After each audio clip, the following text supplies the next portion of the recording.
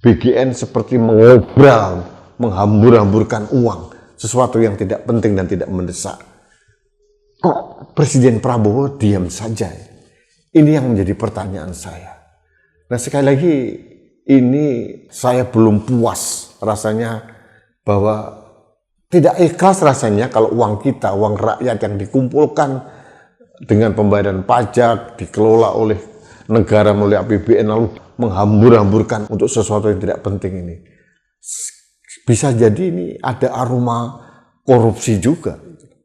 Kok KPK diam saja, BPK, BPKP, DPR RI, terus ada lagi kanan Ormas, MBG Watch, kok tidak bersuara?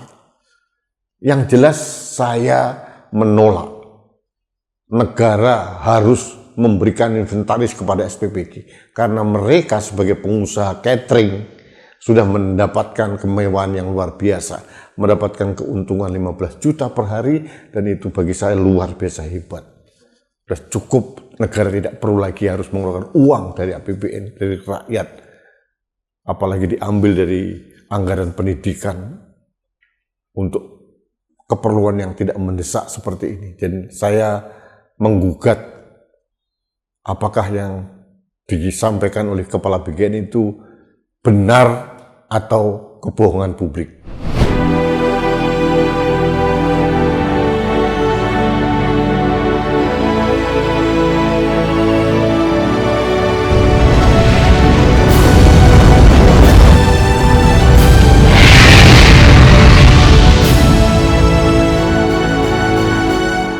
Halo sahabat Indonesia, kita bertemu kembali dalam Opini Rudi di Anak Bangsa TV.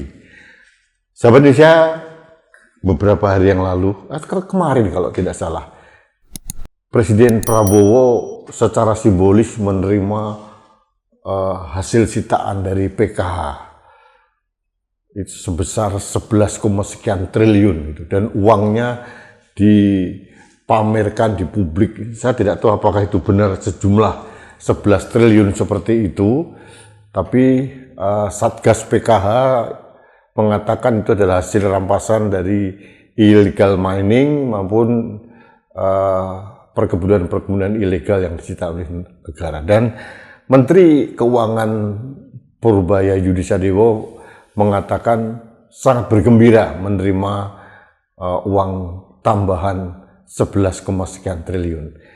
Ini satu sisi bahwa kita melihat betapa pemerintah itu membutuhkan masukan baru, uang-uang baru, termasuk dari hasil sitaan, hasil denda atau apapun lah namanya itu. Tapi kembali lagi saya harus mengatakan ini agak sedikit paradok dengan apa yang dilakukan oleh BGN. Kembali lagi saya berbicara tentang BGN, Badan Gizi Nasional. Setelah heboh kemarin tentang pembelian barang-barang yang tidak masuk akal dan tidak penting dan tidak mendesak, mulai pembelian kaos kaki, motor listrik, kemudian pembelian motor trail, pembelian komputer tablet dan sebagainya. Pertanyaan saya satu sebenarnya. Apakah ada klausul kewajiban dari BGN untuk mensuplai SPPG, Satuan Pelayanan Pemenuhan Gizi itu dengan inventaris seperti itu? Kemarin saya membuat opini seharusnya tidak perlu. Kenapa tidak perlu? Karena SPPG itu sudah dapat uang banyak. Satu hari saja mereka sudah untung 15 juta per hari.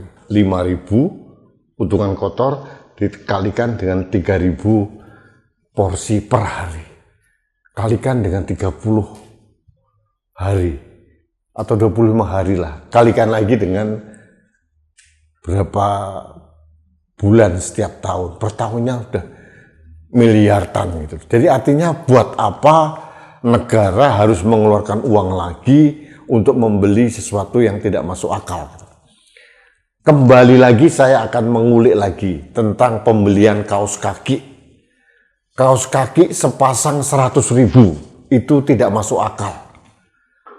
Saya pernah beli kaos kaki 15.000, bahkan di bawah 15.000 sudah cukup baik kok. Belinya di mana 100.000 per pasang gitu. Dikalikan sekian pasang dengan pagu anggaran 6,9 miliar. Belum lagi tablet, komputer tablet, harganya juga sangat tinggi. 17 juta sekian per unitnya. Dananya 504 miliar sekian. Saya yakin kok banyak komputer tablet yang harganya di bawah 10 juta, banyak sekali. Jadi ada dua hal yang saya bahas ini.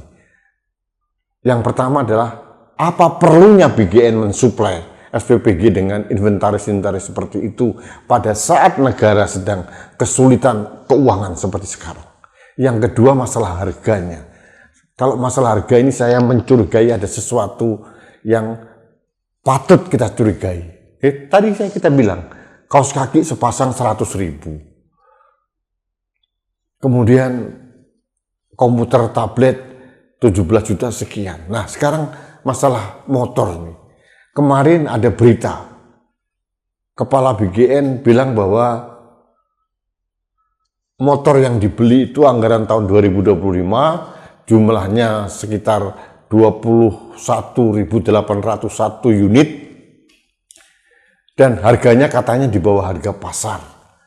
Dia mengatakan harganya 42 juta per unit itu adalah di bawah harga pasar yang konon katanya di atas 50 juta. Nah, saya ingin mengcounter apakah Kepala BGN ini memberikan kebohongan publik, mengada-ada, atau dia tidak mendapatkan masukan yang sebenarnya dari anak buahnya.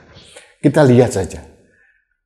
Saya kulik dari Google harga sepeda motor listrik. Ternyata ada 3 varian. Estimasi harga motor listrik April 2026. Klaster pertama ekonomi atau entry level. Itu harganya sekitar 3 sampai 10 juta rupiah. Ada berbagai merek di sini. Ada yang 3 juta, ada yang 6 juta, ada yang 10 juta. Ini level entry level atau ekonomi level. Klaster kedua adalah menengah, mid range. Itu kisaran harganya 10 juta sampai 25 juta. Ada berbagai merek di sini. Ada Polytron, ada Uwinfly, ada VR, ada Yadia, ada G-Side, macam-macam lah. Harganya berkisar antara 10 sampai 25 juta. Dan yang terakhir yang level premium, high performance, itu harganya di atas 25 juta, maksimum hanya 37,5 juta. Lalu apa yang dikatakan Kepala BGN katanya di bawah harga pasar? Itu yang mana? Ini data dari open source. Kita lihat. Anda silahkan Google aja. Harga motor listrik, sepeda motor listrik April 2026. Nah, yang pertama ingin saya soroti, dari mana masukan Kepala BGN bahwa 42 juta itu harga yang murah? Yang kedua, mengapa harus diberikan yang high performance, yang high level, yang premium performance? Buat apa? Belum lagi kalau kita mau beli lagi, apa manfaatnya kita melakukan pemborosan seperti itu? Nah, kemarin saya mengungkit pengawasan dari DPR. Saya mendengar beberapa hari yang lalu DPR sudah memanggil Kepala BGN, tapi hasilnya tidak terpublikasi. Dan DPR pun tidak terlalu banyak menyoroti hal ini. Pertanyaannya, kok DPR cicing baik ya? Diam saja, meneng baik. Ini ada apa dengan DPR? BGN seperti mengobral, menghambur-hamburkan uang, sesuatu yang tidak penting dan tidak mendesak. Kok Presiden Prabowo diam saja? Ini yang menjadi pertanyaan saya. Nah, sekali lagi, ini saya belum puas rasanya bahwa tidak ikhlas rasanya kalau uang kita, uang rakyat yang dikumpulkan dengan pembayaran pajak, dikelola oleh negara melalui APBN lalu menghambur-hamburkan untuk sesuatu yang tidak penting ini. Bisa jadi ini ada aroma korupsi juga. Kok KPK diam saja, BPK, BPKP, DPR RI, terus ada lagi kanan Ormas, MBG Watch, kok tidak bersuara? Yang jelas saya menolak. Negara harus memberikan inventaris kepada SPPG karena mereka sebagai pengusaha catering sudah mendapatkan kemewahan yang luar biasa, mendapatkan keuntungan 15 juta per hari, dan itu bagi saya luar biasa hebat. Sudah cukup, negara tidak perlu lagi harus mengeluarkan uang dari APBN, dari rakyat, apalagi diambil dari anggaran pendidikan untuk keperluan yang tidak mendesak seperti ini. Dan saya menggugat apakah yang disampaikan oleh Kepala BGN itu benar atau kebohongan publik. Rakyat akan mengujinya. Saya kira itu yang ingin saya sampaikan. Ini mungkin kedua kali saya menyoroti tentang pembelian-pembelian mubazir dari BGN. Mudah-mudahan mendapatkan atensi dari para stakeholder yang saya sebutkan di atas. Terima kasih. Kita bertemu kembali dalam Opini Rudy selanjutnya. Sampai jumpa.